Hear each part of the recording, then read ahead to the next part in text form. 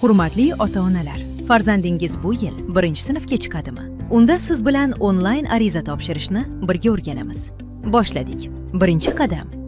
my.gov.uz yoki my.maktab.uz elektron portallariga kirib, OneID yoki telefon raqami orqali ro'yxatdan o'tasiz. Ikkinchi qadam.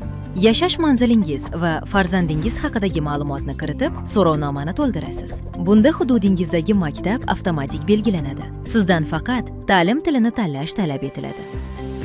Uchinchi qadam. Kiritilgan ma'lumotlarni to'g'riligini tasdiqlaysiz va ariza yuborish tugmasini bosasiz.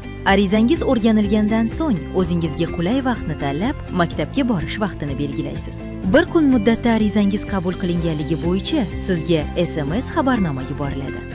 Arizalar 20-iyundan 1-avgustga qadar faqat mikrohudud bo'yicha qabul qilinadi. Boshqa hududdagi maktabga qabullar 1-avgustdan ochilib, faqat bo'sh o'rinlari mavjud maktablarga qabul amalga oshiriladi. Batafsil ma'lumotlarni 93 449 40 40 74 228 25 89 telefon raqami yoki Telegram ijtimoiy tarmog'idagi ushbu bot orqali olishingiz mumkin.